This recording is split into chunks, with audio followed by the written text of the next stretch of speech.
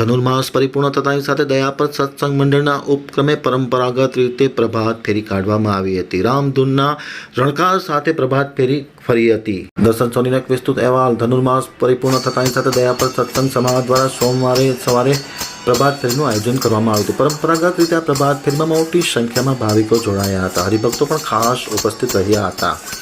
કર્મયોગી બહેનો પણ આ પ્રભાત ફેરીમાં ઉપસ્થિત રહી અને એક ધર્મનો સંદેશો અને તેની જ્યોત જગાવી હતી. દયાપર સત્સંગ સમાજના પ્રમુખ હસમુખ પોકારે આમતક ટીવી સાથેની વાતચીતમાં માહિતી આપતા જણાવ્યું હતું કે ધનુર્માસ પરિપૂર્ણ થતાની સાથે પરંપરાગત રીતે ગઈકાલે રામધૂન સાથે પ્રભાત ફેરી કાઢવામાં આવી હતી. પ્રભાત ફેરી શહેરના રાજમાર્ગ ઉપર ફરી અને ધર્મની જ્યોત જગાવી હતી.